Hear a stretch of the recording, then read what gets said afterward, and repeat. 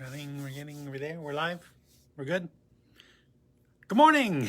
Sorry we're late. Blame the long weekend, but we're here now. That's what matters. Nobody waits around for this show anyway. We normally get 3 or 4 people who pop in during the actual physical live stream.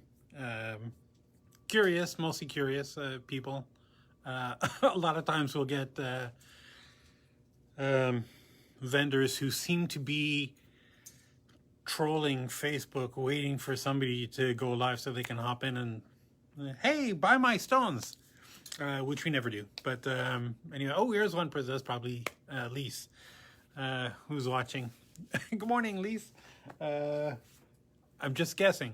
Could be anyone. Who knows?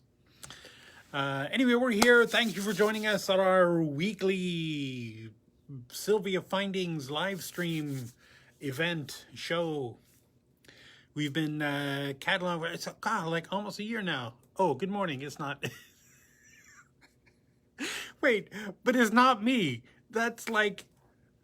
That makes no sense.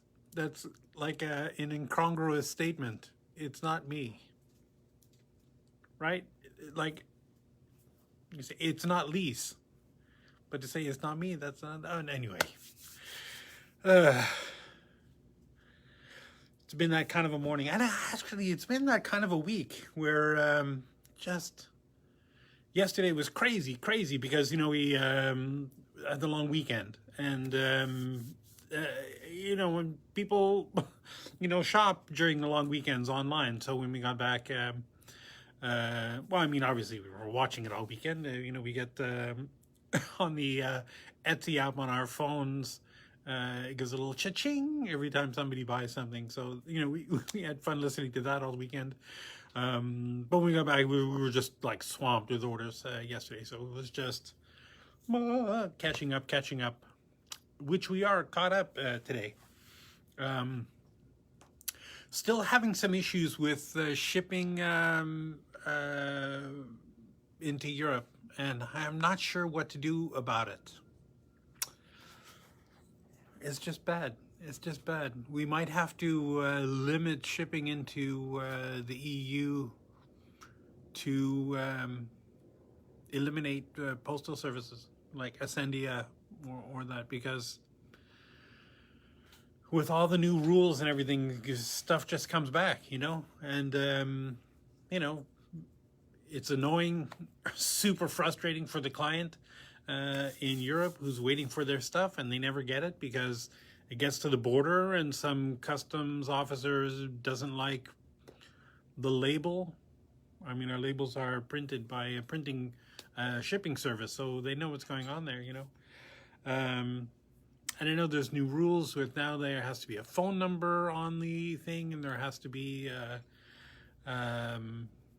if we've collected the taxes, which they do on Etsy, but we don't on the website, there has to be different numbers on the thing, and we follow all those rules to the letter, but stuff still doesn't get through.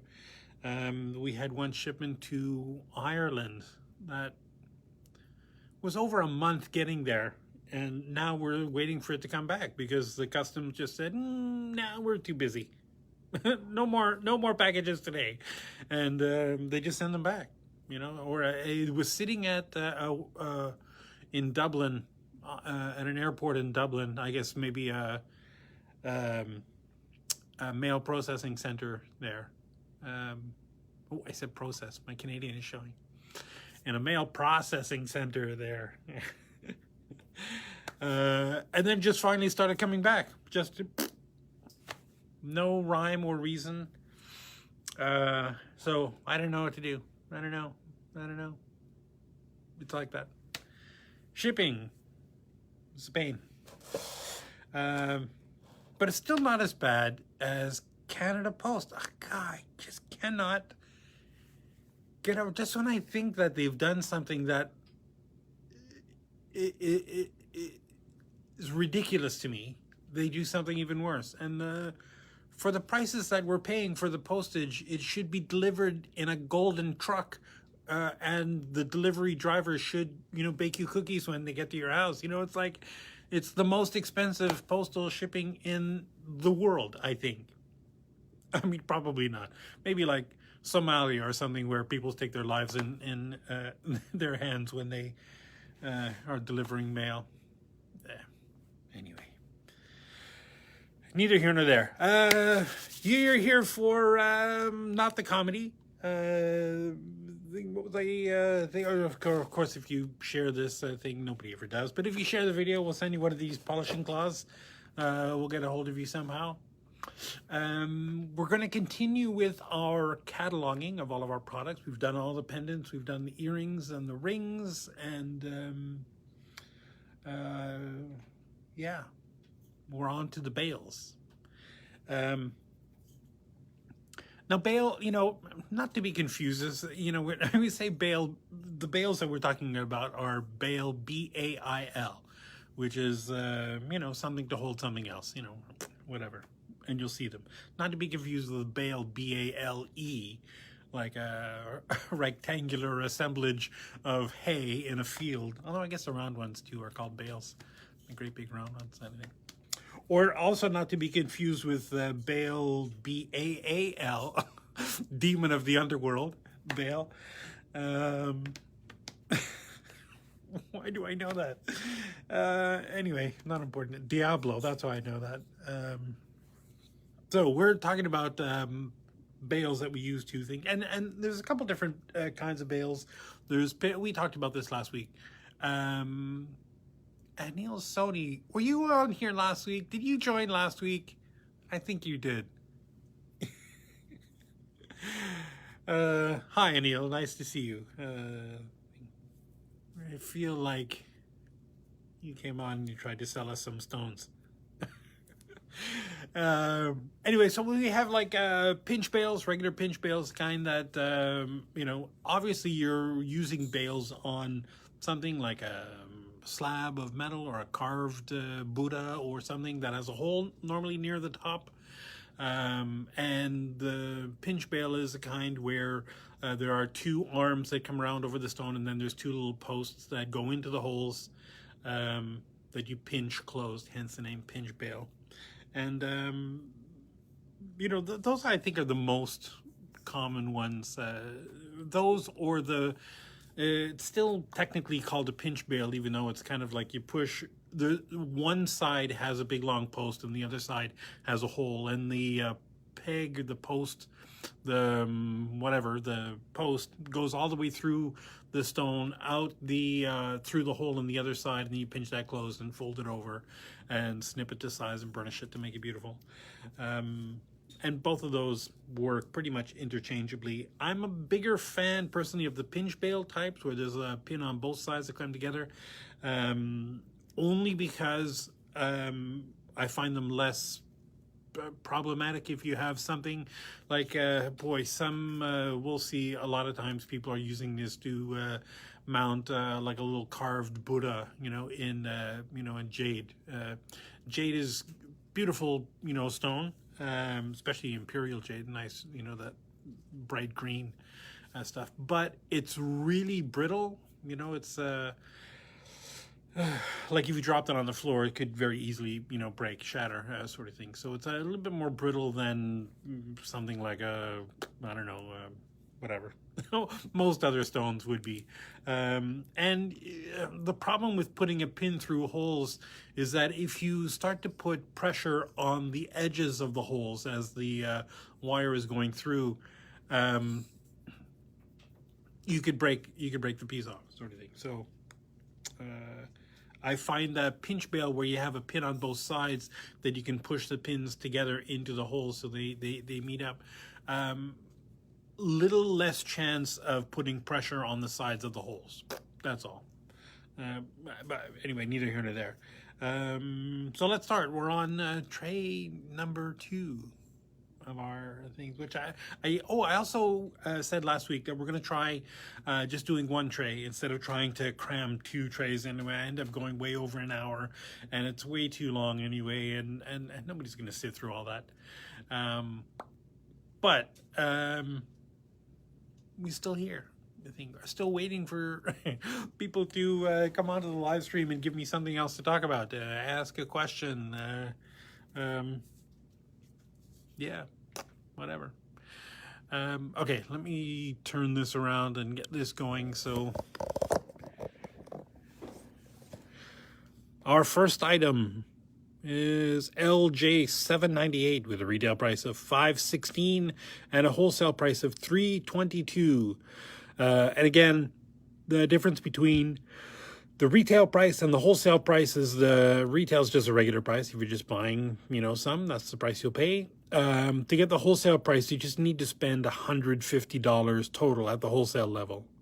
So in this case, even though this is $5 each, if you bought 30 of them, that technically would be over $150 at the retail level, but it would only be like barely $100 at the wholesale level. So you'd need to spend you need to buy 50 of them instead of 30 to get the wholesale price. Not that you have to buy all one thing to get the wholesale price. You can mix and match over anything, So it's pretty easy to get to. It's just, yeah. So here's a bale, very simple. It's a pinch bale, right? Nice, small thing with a lovely tube bale. I guess that's a bale of the bale. The part where the chain goes through is also called the bale. So that would be the bale of this bale. And it's a lovely tube bale. I don't know how big that is off the top of my head. I would say probably, you could probably fit something 2.5 millimeters through there. That's that one. Our next item is, I'm destroying the tray already. And this, I'm going to blame this totally on the fact that I totally forgot that we were doing this until like 10 minutes into the live stream. LJ 304A with a retail price of $320 and a wholesale price of $212. And this is another kind of pinch bale. I don't know about this. I think it would need to be, the holes would need to be pretty wide because this flares out, right? And this pinches in. It's kind of a simple concept bale. It's just that pinch bale with the bale at the top. Quite interesting. Will work great for something with bigger holes. Which is kind of a problem for some of the other bales, because if you have just a regular little post like that and you have a big hole, right, the piece moves around a lot, which isn't ideal. And before somebody asks, yeah, this, what is that, probably 3 or 4 millimeters, long, these pins on the inside of the pinch bale. Once you push this closed, against the piece, all of the weight of this is going to be perpendicular to the plane of that pin and is going to be pulling straight down. So it's super secure. People just don't want to give it credit for because it seems like it wouldn't be secure, but it totally is. I mean, think of when if somebody's pulling on the piece, they're pulling straight down, right? And these little posts can't bend because they're inside the hole of the piece. So the edges of the hole are what's keeping it, from bending. So you can't bend this and pull this out. Or if you could bend it enough that they begin to be forced apart, you're going to break the piece anyway. You'll probably end up breaking the chain before that pulled apart. So don't be wary of these little pins in the pinch bales. They're perfectly secure. I know people never believe me when I say that, but trust me, 28 years of bench jewelry experience. Here's one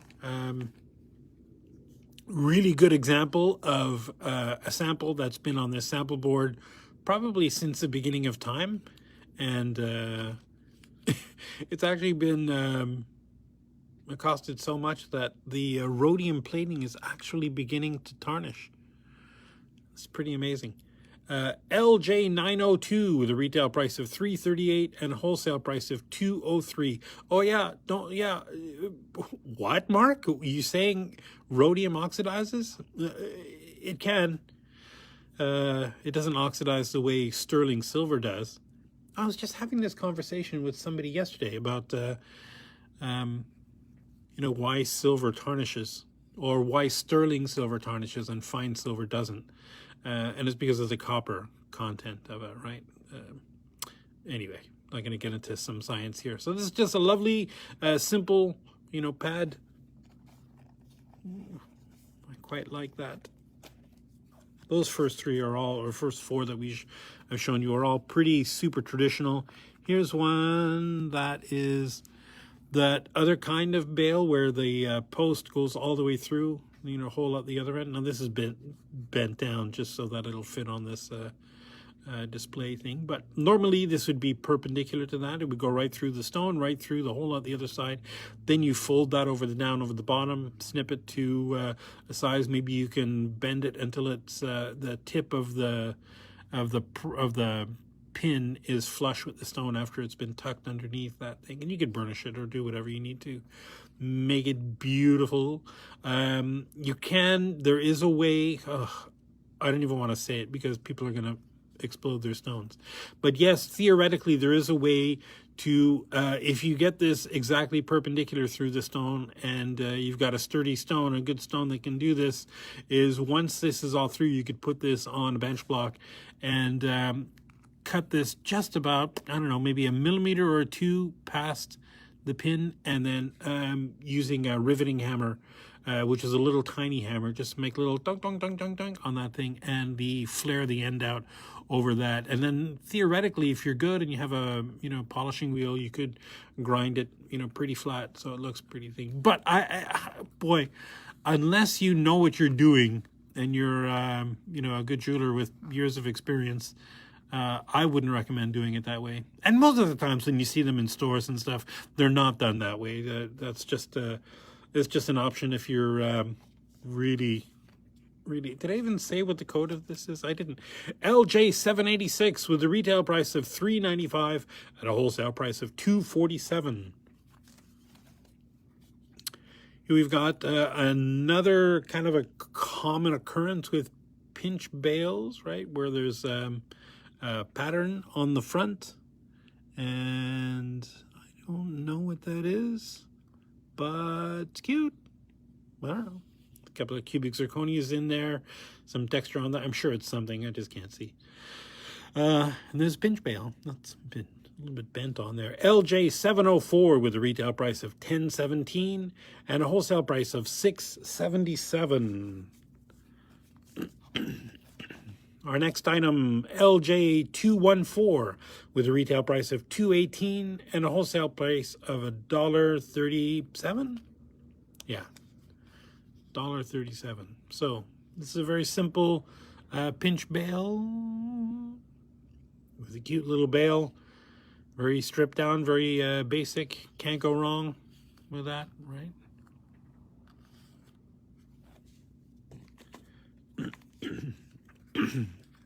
Now, the question always comes up with these things when you're going to use these things is, how far is the distance from the pin to the top? And, because you need to know how far away the hole is from the edge of your stone to know if it'll fit. And boy, it really depends. There are too many variables. LJ903 with a retail price of $3.25 and a wholesale price of $1.95 each. Again, just simple, tab bale. But Mark, you're asking me, what do you mean there's too many variables? Well, depending on how thick the stone is, the stone may be able to reach all the way up at the top of this thing, but the curvature of this is pretty much at the top anyway. You might be able to flare this out a little bit more, but it's kind of almost set in stone at this point. So if it's thicker than that up at the top, which is, and sometimes if it's a carving with a tapered edge, it'll fit just beautifully in there. And other times if it has a kind of a square edge, it might not fit beautifully in there. So lot of variables.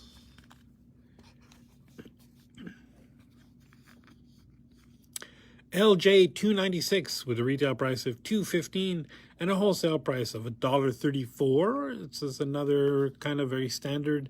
I wish you could see the bail of that. It's just a simple standard ring, right? I love that a little bit of scalloped, look of the bail on the front, that little flare out. And this is the kind where the pin goes all the way through the hole at the other end. LJ 296 with a retail price of $2.15 and a wholesale price of $1.34. This one a little bit taller, right? So if the hole is a little bit further away from the edge of the hole, from the edge of the piece, you can maybe make that fit. LJ 317 with a retail price of $9.58. No, that's $9.53, and a wholesale price of $6.36. Sounds right. Yeah, $9.53 and $6.36. And this is just lovely, kind of like a little curved piece with a couple of cubic zirconias in there. That what do you call that? The millgrain texture around the edges. Or I guess faux millgrain texture that wasn't made by hand, that was cast that way. LJ 792 with a retail price of $4.68 and a wholesale price of $2.93. This, the bail of this bail is nice and decorative, right? Very fancy, schmancy. And then the pinch part of this thing, and these pins are clearly way longer than they need to be, and you'll need to cut those down. So a little note about cutting, the pins.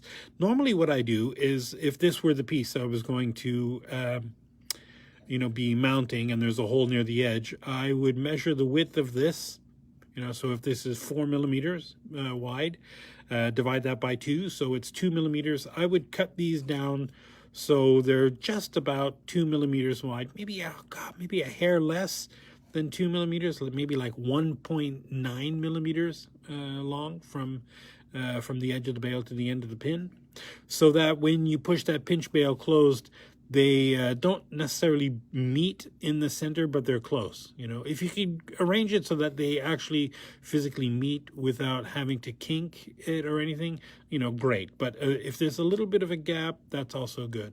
That's fine. So clearly an example of, it's way more peg than you need to be able to fit through. But why not? Here's another cute one with some bling. LJ 759 with a retail price of $18.54 and a wholesale price of $11.58. This is a very simple pinch bail up at the top, right? So this is the pinch bail is the bail at the same time. So that would be able to have to pinch through, and then you'd have to get your chain through that kind of thing. So you'd want something where, close to the edge, but not too close to the edge. And then it's just two little, bound, looks like tulips that are just kind of sitting over. Bedecked with cubic zirconias all the way around. Our next item, LJ 693 with a retail price of $7.94 and a wholesale price of $5.29. I love this like inverted drop bail part up at the top for the chain to go through, and it's got that little row of cubic zirconias in there. Love it. And a very simple pinch bail. This is the peg.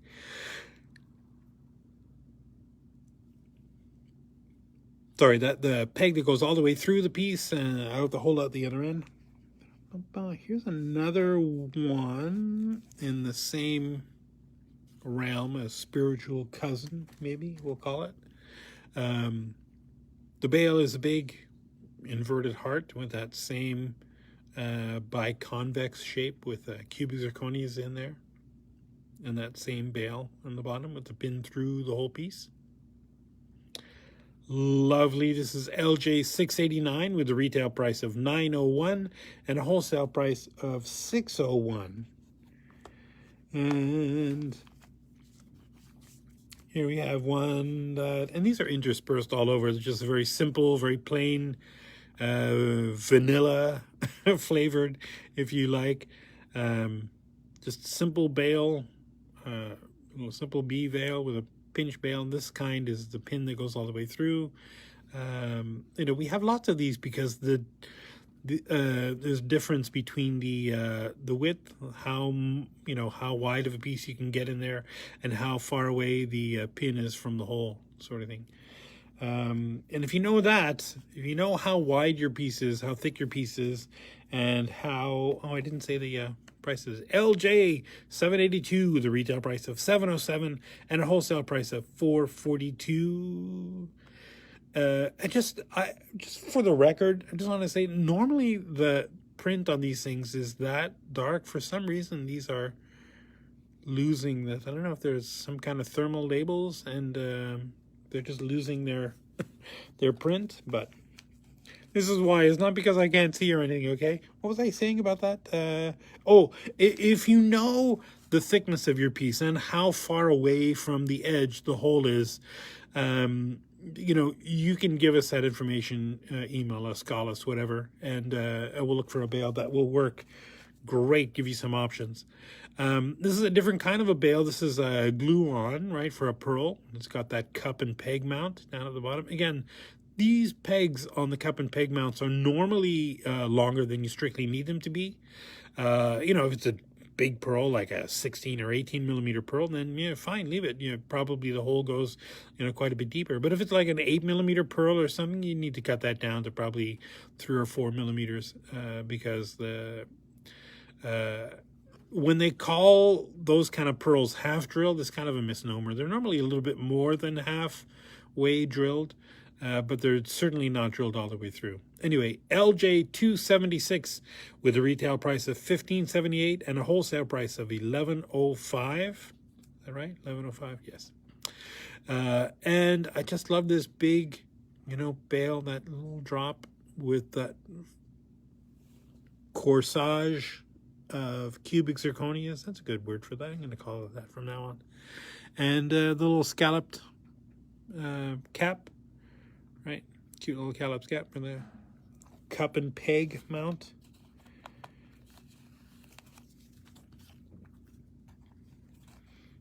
Boy, we are blowing through these.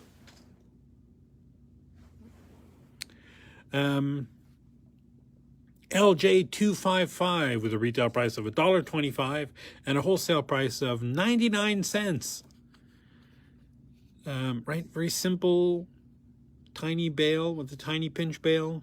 Right, so obviously this would have to be a pretty small piece with a hole pretty close to the edge. I mean, maybe not super close to the edge. You can get away with 3 or 4 millimeters away from the edge, which, depending on the shape of your piece, may or may not be a problem. More kind of plain ones. I mean, you know what? There are some really crazy blingy pieces coming up probably next week. But we have some really, I don't want you to get the idea that all of our bails are, simple affairs like this. Some of them are pretty outrageously outlandish. Like there's one octopus one that definitely, you'll see that next week. LJ 304 with a retail price of $3.20 and a wholesale price of $2.12. And this is another one of those bails, kind of like one of the ones I did way up at the beginning, right? This first one. It's just a little bit bigger version of that. No, wait a minute. This is the exact same thing. Why is it 304 and 304A? Prices are the same. Okay, well. So we have more options for this, right? That same, pinch bail. I'll figure out what the difference is. It's subtle, whatever it is. LJ 904 with a retail price of $832 and a wholesale price of $520. Right, nice big. I love that big thick necklace bail, right, for the chain to go through, whatever. And again, I think a nice, tall, sturdy, very classic. Super contemporary. And it's the dual pinch bail, which is my preferred kind of bail, but you know, which is not to take away from the other ones. I just find them easier to set.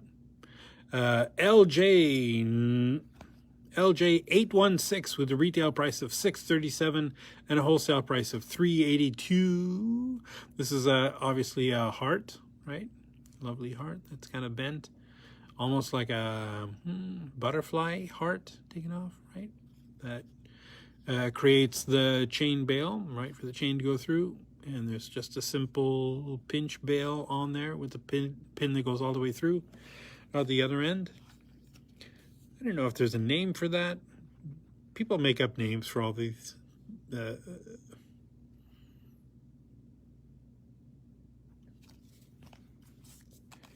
have to come up with a good name for that kind of pinch bail.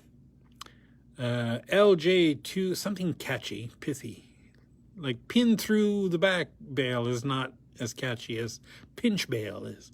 LJ 256 with a retail price of $1.64 and a wholesale price of $1.33. But Mark, you're saying you can't just make up names? Oh yeah. In the jewelry industry, there's so many, they just make up names for whatever. Or somebody starts something as a brand and it becomes ubiquitous and it ends up being the name that everybody calls it by it. But there are stones like mookaite, you know, that looks like a brown cow. I'm not even joking. That's an actual stone. You can look it up. Mookaite. Anyway, this is another very simple tab bail with the pin that goes all the way through out the back. So, you know, people who are selling stones, they just make up names and then they stick.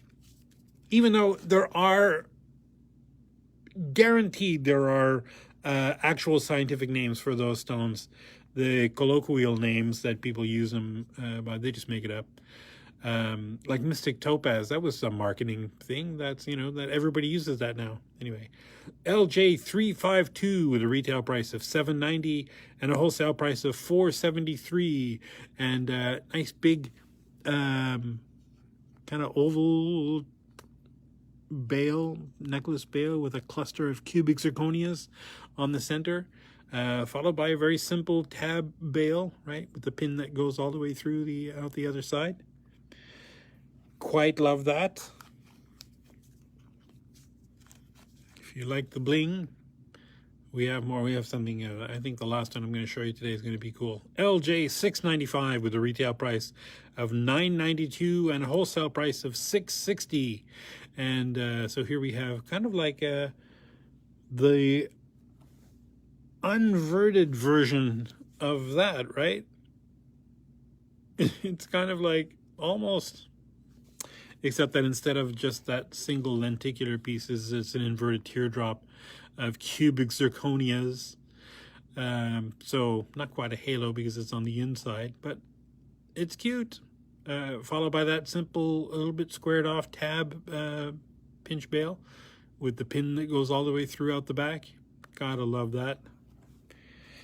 And our last item for this week, LJ 233 with a retail price of $11.71 and a wholesale price of $7.50. I love this big. It's so simple, you know, but it's classic. Nice big teardrop open bail for the chains to go through. And then there's the dangle of a nice big, what is that? Probably 5 millimeter, maybe a 6 millimeter cubic zirconia in there, and just a very simple pinch bail. Right. Again, it would have to be pretty close to the edge of a fairly thin piece, but can't go wrong with a nice big fat cubic zirconia right in the center of that. Did I say the thing? LJ 233 with a retail price of $11.71 and a wholesale price of $7.50. Well, if I didn't before, I did it again. So there it is. So that's it for this week. And let me look. We're under an hour, even though we were like 10 minutes late. That means 45 minutes. Again, I tried to think maybe we'll get these down to half an hour each, and we're falling on about 45 minutes or so per tray. So, I mean, that's good enough, I think. I feel like some of the longer ones when I droned on sort of thing, even people who are watching them after the fact on YouTube and stuff, probably aren't looking at the whole thing. Anyway, maybe not. And one thing that we should do, which is have all of the products that are mentioned in this live stream actually in the description at some point. We'll do that. We'll do that eventually. Yeah, that'll be good. Because what's the point of having a catalog if you can't actually find anything, right? You want to? What are we at? Episode 50 something, 60 maybe by now. It's like 60 odd hours of video of just me going blah blah blah. Look at this gorgeous, cool thing. This is how you bend the prongs. This is how you make it work. Which is interesting, and I think it's important to have a little bit of commentary, perspective, maybe see things in 3D, see things moving around, see how they behave in the light and in the real world versus just a static picture on a website. And I try to impart as much knowledge as I can about how to use them, how they work best, and that kind of stuff. I think is it's good. It's good. It's important. It's good to know. But I fully expect nobody to go through episode 37 where we're talking about the rings. I don't even know if episode 37 is rings, but you know what I mean. You go through an hour of that to find one ring and then have none of the rings in that episode be the ones that they want. So maybe, anyway, not important to do this out loud. My mind is just going and my mouth follows. We'll be back next week with more bales. And yeah. And I know that I'm forgetting a bunch of things, but it's only because I was so rushed this morning and everything. I normally have notes and I don't, so I'm just winging it. Today is like totally off the top of my head. Stay safe. Get vaccinated if you're not, please. I would like the world to really get back to normal again. And we will see you next week. Take care of yourself. Take care of the planet. Take care of your mental health. If you're getting stuck in an artistic rut, just my recipe is simple one that it works for me. If it doesn't work for you, that's fine. We're all different people. We all have different ways of our brains work. But what works for me is if I'm stuck in an artistic rut and I can't quite, break out of it, there are two ways to do it. Either go back and remake something that you are really good at, that you can do easily, that maybe, or let's say, go back and remake the hardest thing that you can do well, that you can do easily. It may be technically challenging, but you can do it well, and you know that you can do it, and you've done it a bunch of times, maybe before. Go back and make one of those things. Do that, because to me, it feels like once I start working and getting on that thing and doing that, and your hands start behaving of their own volition and you're not really thinking about it anymore, then you get into that fugue state where the universe dissolves around you, and then you look up and it's 3:30 in the morning and oh crap, I've spent way too long doing this. Those are the times when the creative juices really flow and inspiration strikes you. The other way to do it is to take a class. I know it's hard, now, pandemic thing, but man, if you can, get together with some other people and learn a new technique. It doesn't even have to be a class where you make a specific thing, although most classes are normally like that, where, hey, let's make this cool pendant, or let's make this cool ring, or let's make whatever. The whole point is that usually, and this is the way it worked when I taught, every class that I taught, we always made something cool and pretty and beautiful, but the point wasn't the thing. Oh, I'm going to get in trouble for saying that. The point wasn't necessarily the thing. The thing is cool, but the point was learning the technique to help you achieve that thing. So there was always a point to a class where you're learning a specific new technique, maybe something you haven't done before, something that you've always wanted to see done and you haven't done. I know that with YouTube there's lots of options for doing that kind of thing, but boy, learning a new technique and getting it to work and getting it to thing, that also fires those artistic synapses and develops new pathways. And every time you're your brain chemistry is altering pathways, that's when lightning strikes. Anyway, man, I just blabbed on for who knows how long about some crazy stuff that had nothing to do with anything. But if it helped you, that's why I'm here. I feel like I've lived a better day. So yes, again, take care of yourself, take care of the planet. We'll see you next week. Take care of your mental health. Very important. And we'll see you next week. All right. Bye.